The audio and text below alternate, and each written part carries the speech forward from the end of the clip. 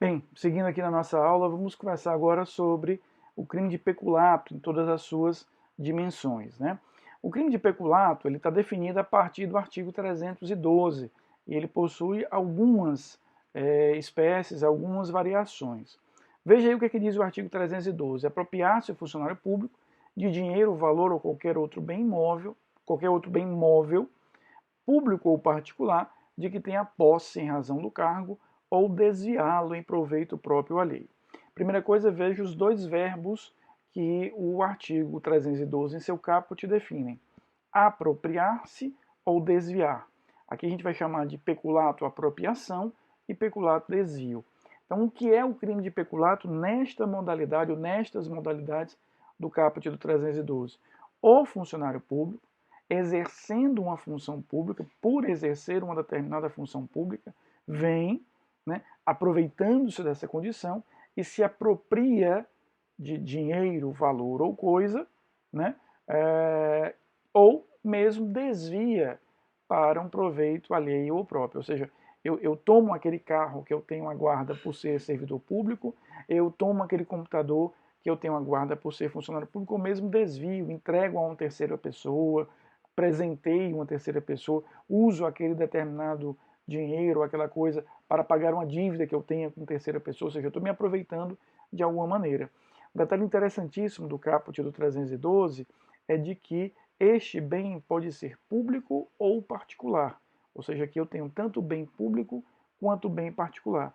Ambos são objetos que caracterizam o crime de peculato. Então é muito interessante, quando a gente fala em crime contra a administração pública, a primeira ideia que nos vem, obviamente, de que eu estou protegendo apenas a coisa pública, apenas o patrimônio público. Primeiro a gente vai perceber, no estudo desses diversos crimes, que quando se protege a administração pública, se protege muito mais do que apenas essa dimensão mais específica da administração pública. Eu não protejo só o patrimônio público, protejo todos os interesses e bens vinculados à administração pública.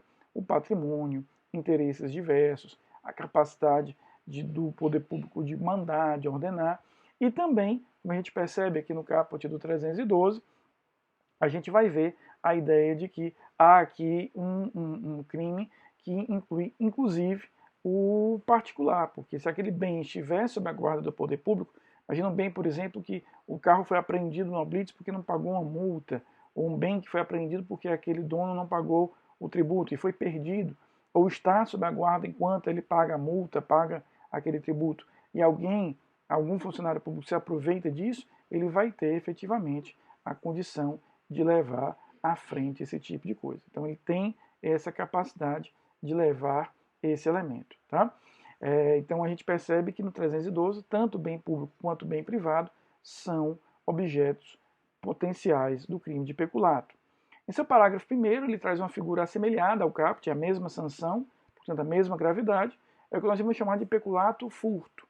Veja aí o parágrafo 1º. Aplica-se a mesma pena se o funcionário público, embora não tendo a posse do dinheiro, valor ou bem, o subtrai ou concorre para que seja subtraído, em proveito próprio ou alheio, valendo-se da facilidade que lhe proporciona a qualidade de funcionário. Veja que aqui ele não tem a coisa sob sua guarda direta, mas ele se aproveita da condição de funcionário público para furtar.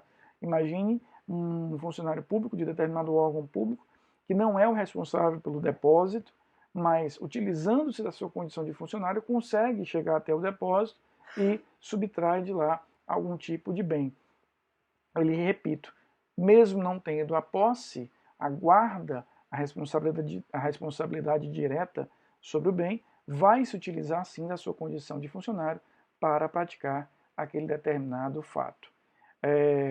O parágrafo 2º define o crime de peculato culposo, se o funcionário concorre culposamente para o crime de outrem. Aqui eu costumo dizer que esse peculato é o peculato do azar. Ele tem que ter um azar porque eu só pratico esse crime se eu tiver efetivamente a prática desse crime depende exclusivamente da prática de um terceiro agente, ou seja, eu preciso ter o azar de que um terceiro venha a interferir e acabar praticando. Imagina que eu esqueci aberta a porta da sala daquele órgão público onde eu trabalho e alguém se aproveitando daquela minha negligência vai subtrair lá um bem. Ou seja, o crime de peculato culposo só se caracterizará quando a minha negligência acabar colaborando, concorrendo para que um outro pratique um crime dolosamente. E aí, importante a hipótese do parágrafo 3º. No caso do parágrafo anterior, portanto, do peculato culposo, a reparação do dano, se precede a sentença irrecorrível, extingue a punibilidade. Se lhe é posterior, reduz de metade a pena imposta. Então, ele tem a possibilidade de extinguir a punibilidade se ele compensar o prejuízo que foi causado à administração, ou, se for depois da sentença, diminuir a pena. Um exemplo, você é servidor público, você é funcionário público para os efeitos penais, esqueceu a porta aberta, você deveria ter fechado, não fechou, alguém levou ali um computador daquele determinado órgão público, aproveitando-se da tua negligência. Nesse caso, você pode se aproveitar desse benefício legal do parágrafo 3º, pagar o valor do computador e, com isso, ter a extinção de punibilidade. Né? O parágrafo 3º traz o que a doutrina gosta de chamar de peculato mediante erro de outrem ou peculato estelionato. É muito comum a doutrina usar essa linguagem.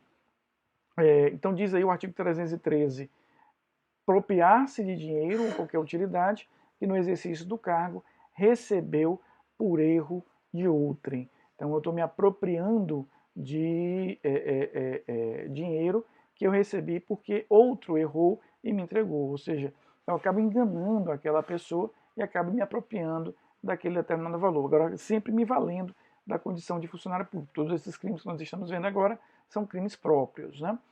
Os artigos 313A e 313B são o que a doutrina gosta de chamar de peculato eletrônico, porque envolvem práticas eletrônicas. Por curiosidade, foram os primeiros crimes cibernéticos definidos no Brasil. Foram as primeiras tipificações de crime cibernético definidos no Brasil. Inserir ou facilitar o funcionário autorizado, diz o artigo 313A, alterar ou excluir indevidamente dados corretos do sistema informatizado ou bancos de dados da administração pública, com o fim de obter vantagem indevida para si ou para outrem, ou causar dano. Veja, ele insere dados, ele exclui dados, ele insere dados falsos, ou ele exclui dados verdadeiros, com o objetivo de causar dano, né? Ou de receber algum tipo de vantagem. É o servidor que, por ter acesso a determinado sistema, apaga uma dívida, altera um dado, inclui ali uma informação falsa para receber uma vantagem ou para receber algum tipo ou causar algum dano a alguém. Já no artigo 313b, nós vamos ter uma outra figura, porque é o servidor, o funcionário público, que, embora não inserindo dados ou excluindo dados, ele altera o programa, ele altera o funcionamento do programa. Veja o que é que diz aí o 313b. Modificar ou alterar o funcionário público ou o funcionário, sistema de informações ou programa de informática sem autorização ou solicitação da autoridade competente. Então, por mais que ele não faça inserir dados falsos, ele acaba modificando efetivamente ou alterando o sistema informático como um todo. Nesse caso, o crime é grave porque ele faz com que o sistema venha a funcionar de forma equivocada. Mesmo que ele esteja ali para melhorar o sistema, vamos imaginar que ele quer melhorar. Mesmo assim, pelo fato de ele não ter a permissão, ele responderá pelo crime. Tá? Então esses são os crimes de peculato, portanto, que tem alguma relação entre si. 312, 313, 313A e 313B.